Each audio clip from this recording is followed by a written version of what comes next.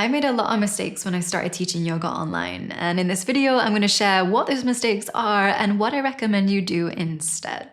So mistake number one was not taking the time to understand how to use my camera and my microphone. I used to think that setting everything on auto would be fine, but auto is your camera's way of guessing what you want. It gets you close, but if you're striving for really high quality footage and audio, you need to work with manual settings and you need to understand your way around those settings. So here's a piece of advice that I give all of my coaching clients who are new to filming. Take half a day or a full day just to run lots of experiments. Treat it like a science experiment where you are going to play around with all of the different things that you can control. Play around with camera angles, with lighting and lighting angles. Play around with the clothes that you wear to see what works best with your backdrop. Then play around with the different things in your camera.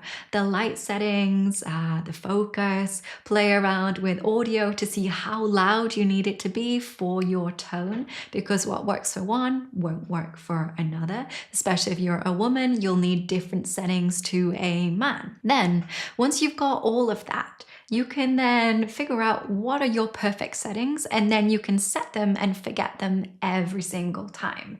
This is what I should have done years ago. However, instead, I didn't, and I wasted so much time thinking that I could just do things really quickly, and then I would go back and look at a piece of footage and realize that it just wasn't how I wanted it to be. So don't be like me, thinking that it's an inconvenience to take the time to understand your way around your camera. It isn't. It's gonna pay dividends in the long run, and it's worth you spending half a day or a day just to play around with all of the variables so you know exactly what looks and sounds right. And just quickly, if you're getting value from this, then I think you'll get even more from my newsletter. It's made for yoga teachers who want to thrive online, so click the link down below to join us. Mistake number two was not having a set space for filming. The room that I'm in right now is actually a little box room in our house. It is just a spare bedroom. This used to be the room that I would film classes in. And back in those days, I used to move the bed and all of the furniture out of this room every time I wanted to film. So that meant getting out my Allen keys, dismantling the furniture, moving it into the hallway, and then setting up to film. So you can imagine this was pretty exhausting. This is not an ideal situation, and it was not conducive to being consistent when it came to filming. And then about 2 years into my YouTube channel, I decided this was just not gonna cut it anymore. I did not want to go through this rigmarole every single time. So I started reaching out to studios, asking what their rates were to hire the space for an hour or 2 hours so that I could go and film classes. And I know it's not easy when you're on a budget, but if you do take it more seriously and start finding locations, a few things will happen. The first is you'll probably have a better looking shot because you're in a space that was intended for yoga. The second thing is you'll probably take it a lot more seriously and start treating it like a business transaction, because when you're filming at home, it's really easy to get distracted. You'll go off and make a cup of tea, or something will be going on and it just pulls you away from the task at hand. Whereas when you turn up to do that thing and you've got to justify the time and the cost, it makes you take it seriously. So you treat it like a business rather than just a side thing or a hobby. So this is why I recommend taking the time to find a location. Maybe you've already got a relationship with a studio and you could speak to them. And here's a tip. If you're thinking to yourself, I don't have the money to pay for an hourly rate at a studio, maybe you could do an exchange. Maybe you could say to them, hey, I'll cover one of your classes free of charge. Or hey, I'll do this in return for some studio time. Because if it's a win-win for them, then it's likely that they're probably going to say, yeah, sure. Or maybe if you just say, hey, I can help you out with some of the cleaning or with some of your admin, they'll probably say yes, and they'll be up for it. And another side tip when it comes to locations, this is a whole other mistake in itself, is to say to the studio or whoever it is that you're dealing with that you are going to be recording audio.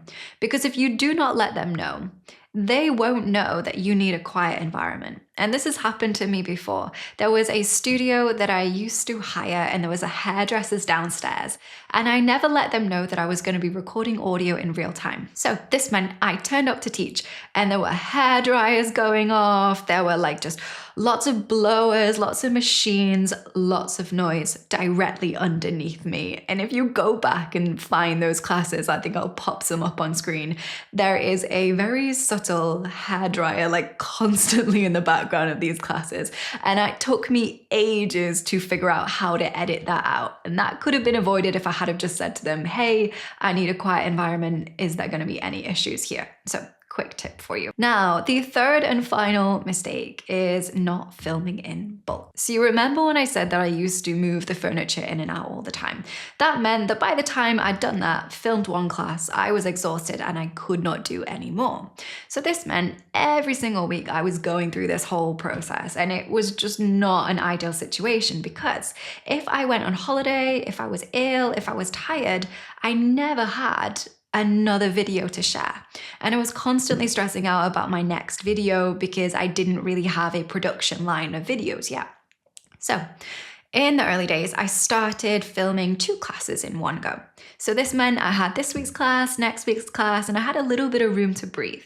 Then I realized, oh my gosh, this is amazing. This is the way forward. So I upped it to 3 classes, and I wouldn't always film them over one day. I might film them over 2 days, and I just have to live with the furniture in the hallway. But then, I progressed to just doing 1 month's worth of filming, and this bought me so much time. And it means that you can then go and focus on other projects, or just take a break from filming, which is an absolute lifesaver. So if you really want to get consistent and take teaching online seriously, start filming in bulk. And yes, it is difficult in the beginning. You do have to build some endurance. Doing 2 classes back to back, especially when you're on camera, it's really tiring, because I think when you're in studio, you're comfortable, right? It's an environment that you're used to. Whereas when you're on camera, especially if you're not used to being on camera and you're a little camera shy, it is exhausting. So asking yourself to do 2 of those classes feels like a lot. But the more you do, the more experienced you get, and it just gets easier. Now, if you want some other tips on the tech, as I mentioned, then go and check out this video next, because this is where I'm going to walk you through my entire setup so that you can see exactly what goes into creating quite high quality videos. And I think you'll get a lot of takeaways from it. So watch this one next.